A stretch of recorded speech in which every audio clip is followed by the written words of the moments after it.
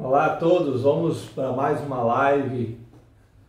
Como resolver os seus conflitos conjugais através da Bíblia.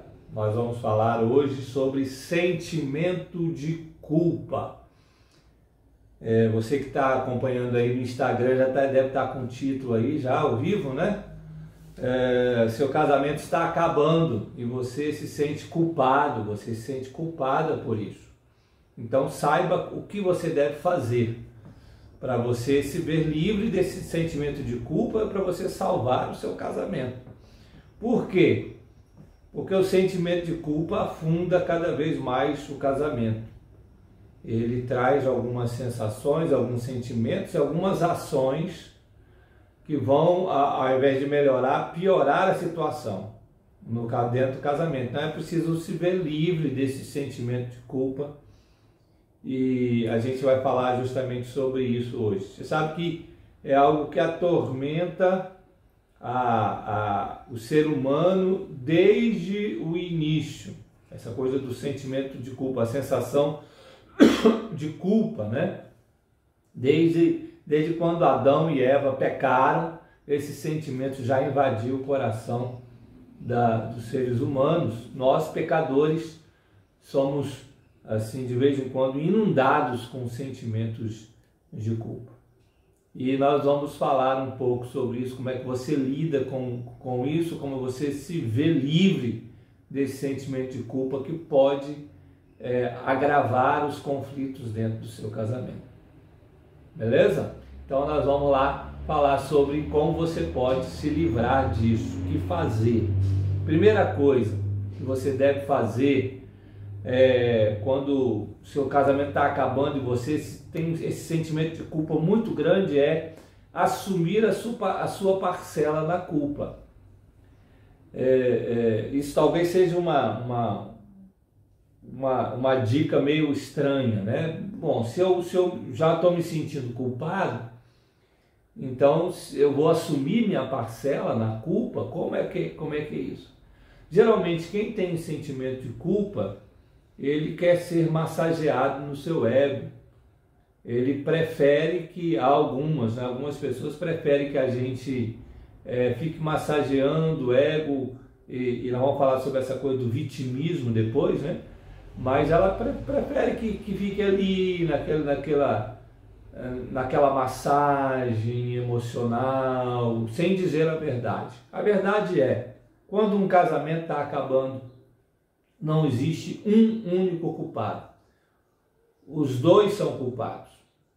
Cada um tem a sua parcela de culpa. Uns mais, outros menos, mas cada um tem a sua parcela de culpa quando existe algum tipo de conflito dentro do seu casamento.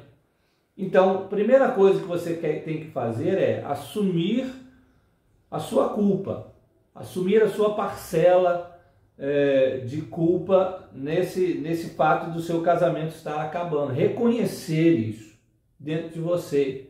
Porque se você ficar mentindo para você mesmo e para os outros, e empurrando a culpa só para o outro, sem assumir, você acaba atraindo mais sentimento de culpa para você. Você acaba num sentimento de autocomiseração muito grande depois. Então é um efeito bumerangue, né? Você atira a culpa no outro, ela volta para você numa velocidade muito maior do que você lançou. Então assuma a sua culpa nesse fato de que o seu casamento está acabando. Não negue a sua parcela de culpa. Esse é o primeiro passo, esse reconhecimento de que eu também sou culpado disso. Mesmo que o outro esteja fazendo coisas horríveis para você, a gente precisa assumir a parcela de culpa e não só ficar empurrando para o outro. Tem um fato interessante agora acontecendo, né? 2 pecadores disseram sim, né? Então não tem como não errar, nós somos pecadores, Os dois lados vão errar, sempre, sempre. Tem uma coisa acontecendo agora nas mídias sociais, que a discussão daquele filme, o filme abjeto, né, nojento, aquele filme lá do Danilo Gentili, naquela insinuação de pedofilia que é feita no filme. E lógico, a gente não concorda com o filme, eu acho que o filme tem que ser retirado mesmo, aquilo é uma coisa, coisa de prisão, de cadeia mesmo, porque é crime. A pedofilia é crime, você insinuar pedofilia, isso é crime. Você não pode permitir que um troço daquele, um filme daquele passe na televisão, ainda mais com uma classificação de 14 anos. É um negócio abjeto, um filme horrível, além de ser crime, a arte, né?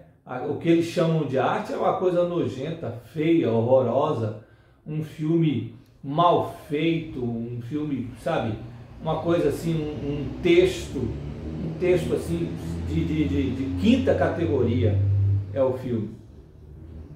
Mas a gente não pode só empurrar a culpa no filme. Por que eu estou dizendo isso? Porque, olha, aqui na minha casa ninguém assiste o filme. Eu tenho filhos, um de 16 anos, um outro com 9 anos. E eles já sabem, eles não vão assistir o filme. Por quê? Porque estão na minha casa. Aqui quem manda são os pais. E porque eles querem também honrar a Deus, né? Lógico. Não é uma autoridade imposta. Nós explicamos por que não pode. Nós explicamos por que a nossa família não faz essa escolha. Por que nós escolhemos nos abster de certas coisas ou por que certas outras coisas estão tudo bem. É sempre apontando para a verdade bíblica, né? Não é apenas não vai e pronto, acabou. Porque nós estamos ensinando os nossos filhos no caminho do Senhor. E eles já colocaram sua fé em Cristo Jesus e eles entendem que se Jesus é o nosso dono, então eu preciso obedecer, eu preciso agradar ao meu dono, que é Jesus Cristo. E por isso eu não vou assistir. Né? Então, e por que o filme do Danilo Gentili entrou nessa história toda aqui de sentimento de culpa e de assumir a parcela pela culpa do casamento estar acabando? Por quê? Se o filme do Danilo Gentili é uma porcaria e eu não devo assistir, e o Danilo Gentili tem a culpa dele lá de ter feito um filme horrível desse, se eu permito o meu filho assistir, eu tenho a minha parcela de culpa. Eu não posso ficar botando a culpa no Danilo Gentili, ele fez o filme. Quem quiser assista. E aqui na nossa casa, nós não assistimos, nossos filhos não assistem. Certo? Então, cada um tem a sua parcela de culpa. Eu estou querendo dizer o seguinte, que você tem a sua escolha.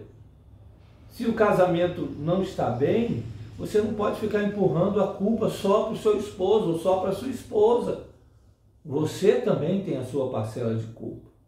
E nessa coisa do sentimento de culpa, enquanto você não resolve, assume isso, que você também tem parcela nisso, esse sentimento de culpa vai ficar remoendo no seu coração, na sua vida.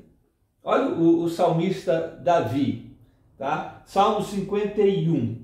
Versículo 2 a 4 diz assim: Lava-me completamente da minha iniquidade e purifica-me do meu pecado. Pois eu conheço as minhas transgressões, e o meu pecado está sempre diante de mim. Pequei contra ti somente, e fiz o que é mal perante os teus olhos, de maneira que serás tido por justo no teu falar e puro no teu julgar. Então você vê Davi aqui assumindo a sua culpa. Ele havia cometido o pecado lá com Batseba, né, do adultério. E ele não esconde, eu tenho a minha culpa. É preciso assumir a sua parcela de culpa. Enquanto você ficar empurrando a culpa para o outro, esse sentimento ruim de culpa, essa falta de reconhecimento, esse encrudecimento, esse endurecimento do coração, vai trazer um sentimento de culpa terrível para a sua vida. Então, assuma, reconheça, eu realmente tenho uma parcela de culpa. A culpa não é toda minha, mas eu tenho a minha parcela de culpa disso. Esse reconhecimento ameniza, por incrível que pareça, ameniza o sentimento de culpa pernicioso, sentimento de culpa pecaminoso, aquele sentimento de culpa que vai te levar para a depressão. Quando você reconhece, eu tenho a minha parcela de culpa mesmo. Por quê? Porque você age com a verdade. Você está agindo com a verdade. O sentimento de culpa, que esse sentimento de culpa te leva para a depressão, ele age com a mentira. Ele age com fatos e com assuntos que não são toda a verdade. Mas quando você coloca a verdade... Como se você fosse um coitado, né? Eu tenho culpa, mas eu sou... coitado de mim. É sempre com sentimento de autocomiseração. De vitimismo, né? De vítima, se colocando como vítima. Então, assuma a sua parte. Não negue. Eu tenho realmente uma parcela de culpa nisso. O casamento está acabando. Eu tenho uma parcela de culpa. Certamente não sou culpado 100% por isso, mas eu tenho uma parcela de culpa sim. E o que eu vou fazer, né? O que eu vou fazer com essa culpa? O que eu vou fazer com as atitudes que eu tomei que me levaram a ajudar o meu casamento tá indo para o fundo do poço? Bom, essa é a primeira atitude, né? Para você se ver livre do sentimento de culpa. A segunda atitude é não tentar vencer o sentimento de culpa com seus próprios esforços. Geralmente é o que as pessoas fazem. E isso vai piorando os conflitos dentro do casamento. Ela tenta resolver por si mesma, do seu próprio jeito, com a sua própria inteligência, com a sua própria capacidade. Com o seu próprio entendimento. Isso, né? É o que diz lá o provérbio, né? Provérbios capítulo 3. Não te estribes no seu próprio entendimento, não se apoie no seu próprio entendimento. E é geralmente o que as pessoas, quando têm um sentimento de culpa, de que o casamento não está bom, de que o casamento está acabando, a pessoa ela tenta resolver por si mesmo, com seus próprios esforços. Aí nós anotamos aqui duas coisas que as pessoas geralmente fazem e que não devem fazer. Primeiro é a lei da compensação. Elas tentam vencer esse sentimento de culpa compensando o outro. O casamento está ruim, o casamento está cheio de conflito, o casamento está acabando, então eu preciso compensar isso. Eu sou o culpado, eu tenho esse sentimento de culpa, então eu vou compensar isso.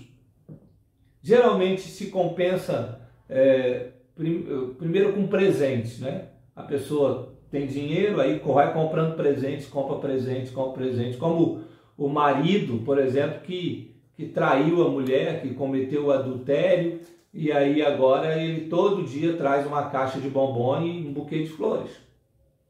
Ou então traz joias, né? Anéis, colares, brincos, não vestidos. Importa o valor, né? Mas está o tempo todo tentando agradar para diminuir a culpa. Sim. Né? Tipo, para consertar o erro. Deixa eu consertar o erro. Compensar esse sentimento de culpa. Outra coisa, sexo. Não é? A esposa que se sente culpada do casamento tá ruim, tá acabando e quer agradar o marido ou quer compensar o esposo com noites e noites de sexo. Não é? E na maioria das vezes sexo até sem envolvimento algum, é só sexo mesmo para poder compensar o esposo, porque ela se sente culpada. Eu me sinto culpado, o casamento está acabando, eu preciso dar o que o meu marido quer, que é sexo, e eu vou fazer isso todos os dias porque eu me sinto culpado.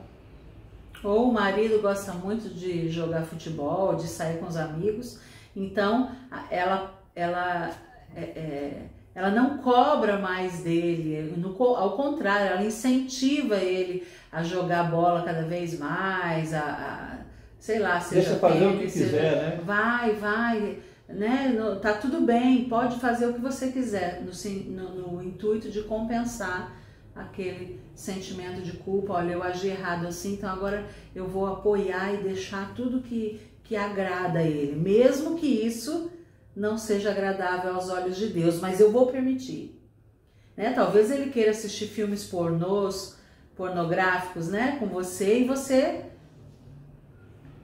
não aceitava isso, né? Não aceitava essa prática que diante de Deus não é agradável. E aí, então, agora você aceita. Agora, então eu vou aceitar. Porque quer compensar, por causa do sentimento de culpa que você traz no coração. Outra coisa são viagens, né? Viagens. São tantas coisas, então, a pessoa sempre vai compensar com alguma coisa que o outro quer, ou vai tentar buscar de alguma forma momentos que deem prazer para o outro, né? E para ver se ameniza esse sentimento de culpa, né? Não é só compensar, mas a compensação é amenizar, né? É amenizar o sentimento de culpa dela mesma. Sim. Na verdade, não está fazendo isso porque ama o outro. Ela está fazendo isso por egoísmo. Eu quero diminuir o meu sentimento de culpa. Está pensando em si mesmo de novo. E isso só vai afundando. É por isso que resolver com os seus próprios esforços não funciona. E baseado no seu entendimento, né? Porque nada disso vai adiantar. Outra coisa é denegrir a imagem do outro. Já que eu estou me sentindo culpada, já que eu estou me sentindo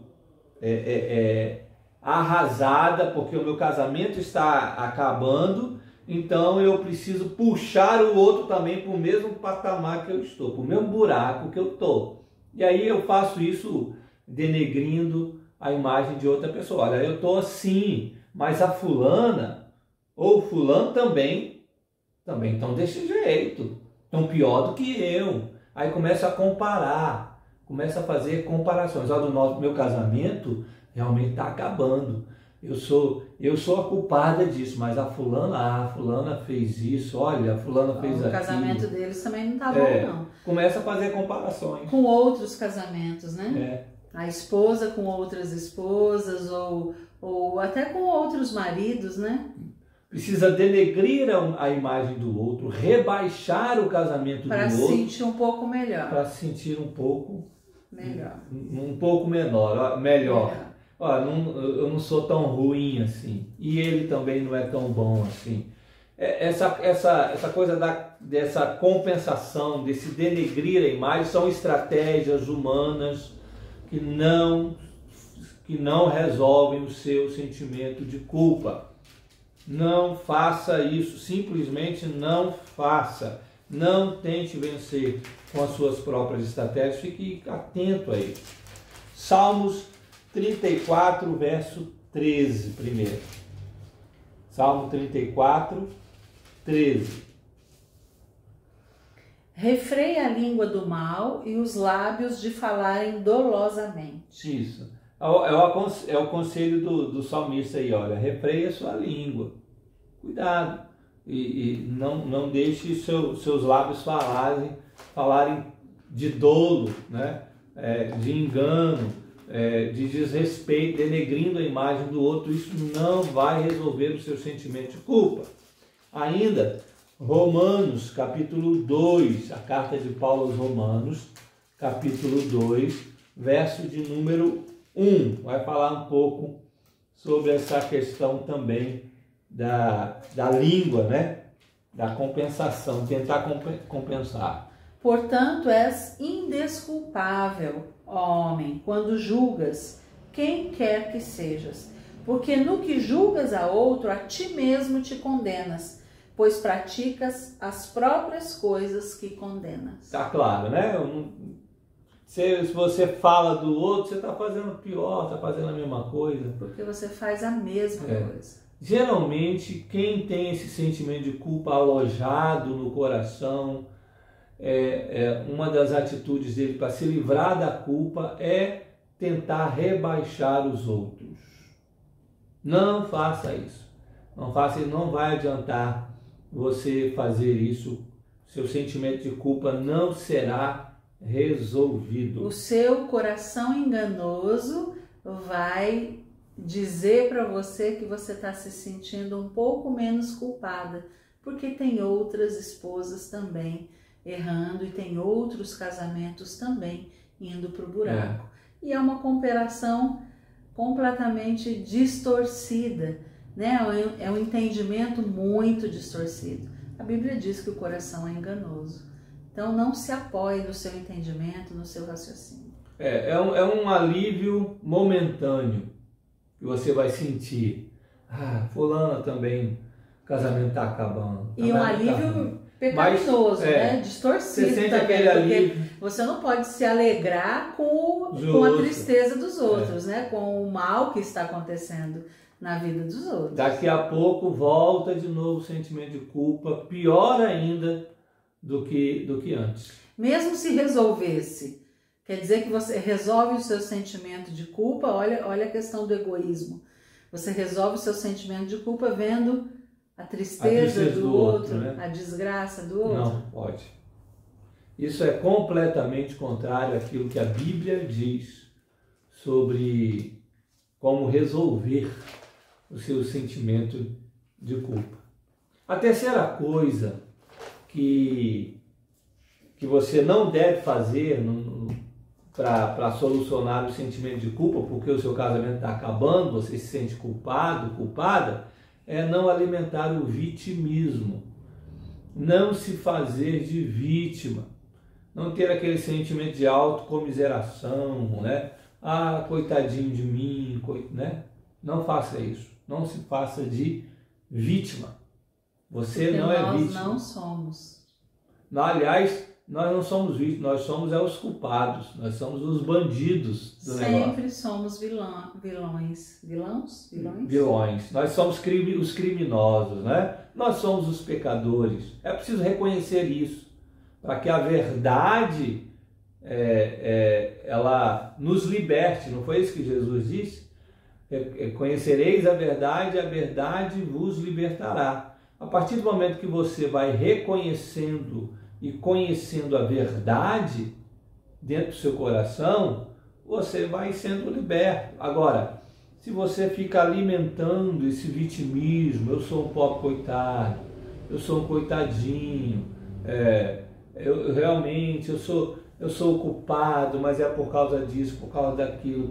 Que você não sai do lugar, né? Porque você está olhando só para o seu próprio umbigo. O cachorro correndo atrás do próprio rabo, né? O tempo todo. Não vai sair do lugar. Não alimente esse vitimismo. Você não é vítima. Não é vítima mesmo. Nós temos culpa, sim, dos nossos pecados. Nós precisamos ser pessoas responsáveis por aquilo que nós fazemos. E é assim que nós nos livramos da culpa, assumindo a responsabilidade pelos erros. Mas quando você fica se fazendo de vítima o tempo todo, você nunca vai resolver o seu sentimento de culpa. Por quê? Porque o culpado é sempre o outro. Quem faz mal é sempre o outro. São as situações, são as circunstâncias. Você nunca lida com a verdade. Deus não está olhando para mim, não está me ouvindo.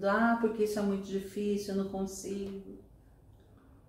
Quando você não lida com a verdade, você não é liberto. É isso que Jesus disse. Olha só o Salmo, vamos ouvir o Salmo 32.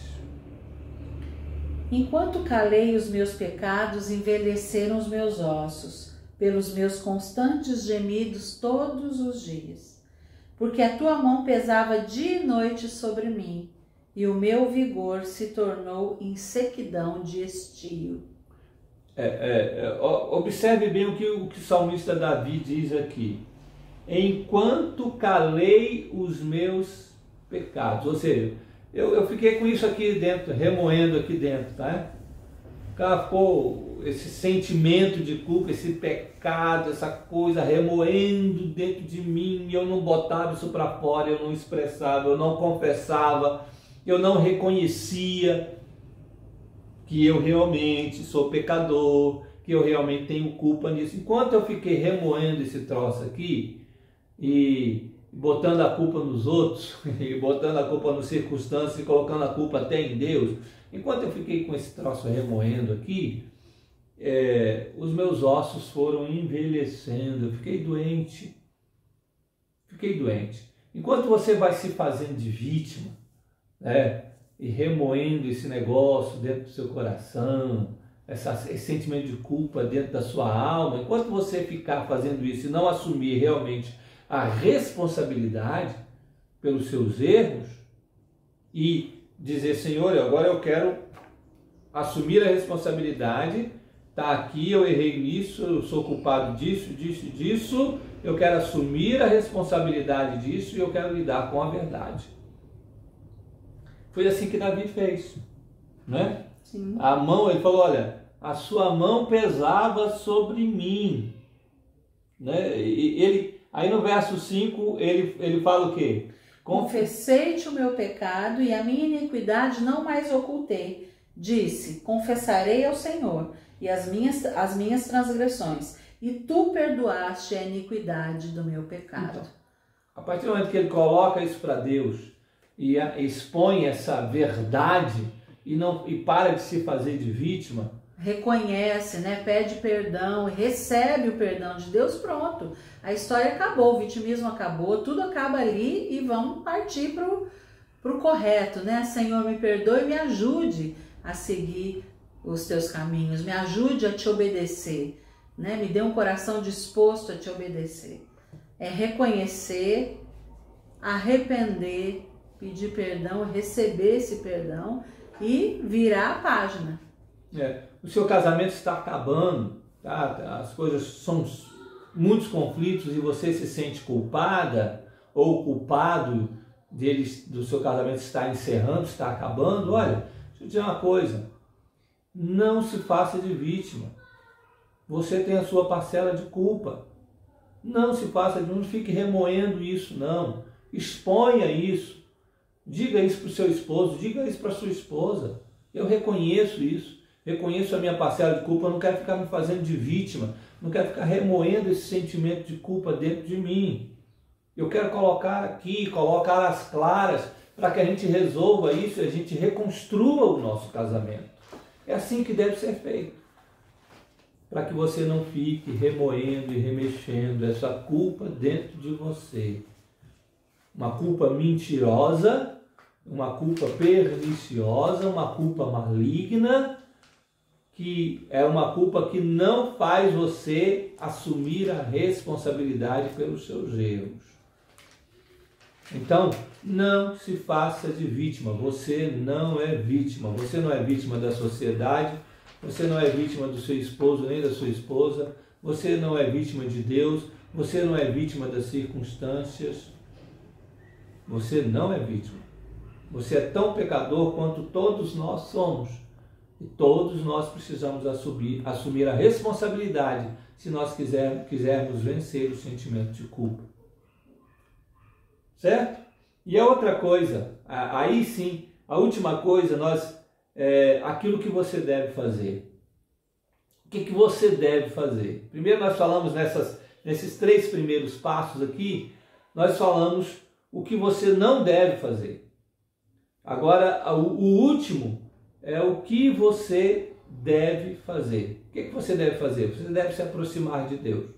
Você quer vencer essa culpa, esse sentimento de culpa, de que o seu casamento está acabando, quer vencer isso dentro de você? Aproxime-se de Deus. Chegue perto de Deus. É nele que está a cura para o seu sentimento de culpa. Nós vamos ler aqui um texto que a Ângela gosta, né? Bastante. Hebreus capítulo 4, do verso 12 ao 16. Porque a palavra de Deus é viva e eficaz, e mais cortante do que qualquer espada de 2 gumes, e penetra até o ponto de dividir alma e espírito, juntas e medulas, e é apta para discernir os pensamentos e propósitos do coração. E não há criatura que não seja manifesta na sua presença. Pelo contrário, todas as coisas estão descobertas e patentes aos olhos daquele a quem temos de prestar contas. Tendo, pois, Jesus, o Filho de Deus, como grande sumo sacerdote, que penetrou os céus, conservemos firmes a nossa confissão. Porque não temos sumo sacerdote que não possa compadecer-se das nossas fraquezas. Antes, foi ele tentado em todas as coisas e a nossa semelhança, mas sem pecado. Acheguemo-nos, portanto, confiadamente junto ao trono da graça, a fim de recebermos misericórdia e acharmos graça para socorro em ocasião oportuna. Olha que texto bonito. Como é que você deve se aproximar de Deus? Vou me aproximar de Deus para receber a cura para o meu sentimento de culpa. Eu me sinto culpado, culpada, porque meu casamento está acabando. Então eu vou me aproximar de Deus para receber a cura. Como? O autor bíblico diz aqui, olha, você tem a palavra. A palavra de Deus é viva, ela é eficaz. Ela penetra até a divisão da alma e do espírito. É uma espada cortante. Ela vai penetrar quando você se aproxima de Deus através da Escritura. A Escritura vai penetrar na sua alma e te livrar do sentimento de culpa. Você também tem Jesus, o nosso intercessor diante de Deus.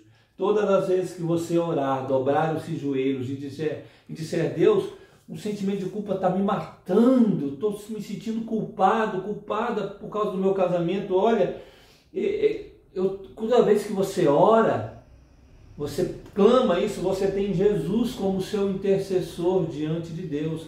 Jesus olha para o Pai e diz, Pai, olha lá, ele está clamando, está com um sentimento de culpa muito grande. Ele clama, intercede por você. E aí, ele diz no verso 16, você pode se aproximar de Deus. Né? Confiadamente, ou seja, confiando, confie nele. Se achegue a ele confiando. Pode falar. Não, fala você. Você eu sempre falo. Você pode se aproximar com confiança, ou seja, não vai ser em vão. Você pode confiar. Agora nós estamos numa reforma da casa aqui, onde nós vamos morar, e eu estava conversando com o senhor lá, ele está fazendo uma escada para a gente para subir para o terraço. E tinha mais duas coisas que eu queria pedir para ele fazer para nós, que era um portão e uma bancada. E eu falei com ele assim, olha, eu quero que o senhor faça também um portão ali em cima e tal, por causa dos cachorros. Aí ele disse para mim assim, não, o senhor já me disse isso, pode confiar, eu vou fazer. Aí eu disse, e tem a bancada ali também, na cozinha ali. Ele falou, não, o senhor também já me disse isso, pode confiar, eu vou fazer. Não se preocupe não, eu vou fazer tudo que o senhor pedir aqui. E eu achei interessante ele usar essa expressão, pode confiar, eu vou fazer. E ele trabalha já para a gente já há alguns anos, algum tempo já fazendo coisas para a gente, e a gente sabe que pode confiar que ele vai fazer. O autor está usando essa mesma expressão assim, olha, você pode confiar. Você pode se aproximar de Deus e pode confiar, ele vai fazer. Ele vai te dar graça, ele vai agir com misericórdia, ele vai te socorrer em ocasião oportuna.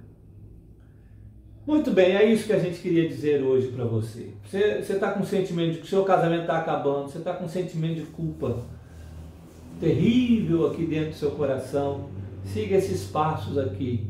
Não se faça de vítima, não, assuma sua parcela de culpa, não tente vencer por suas próprias forças. Aproxime-se de Deus, confiadamente, com confiança. Ele vai trazer cura para você e vai restaurar o seu casamento. Que Deus te abençoe. Até amanhã, Até amanhã. se Deus quiser, estaremos aqui.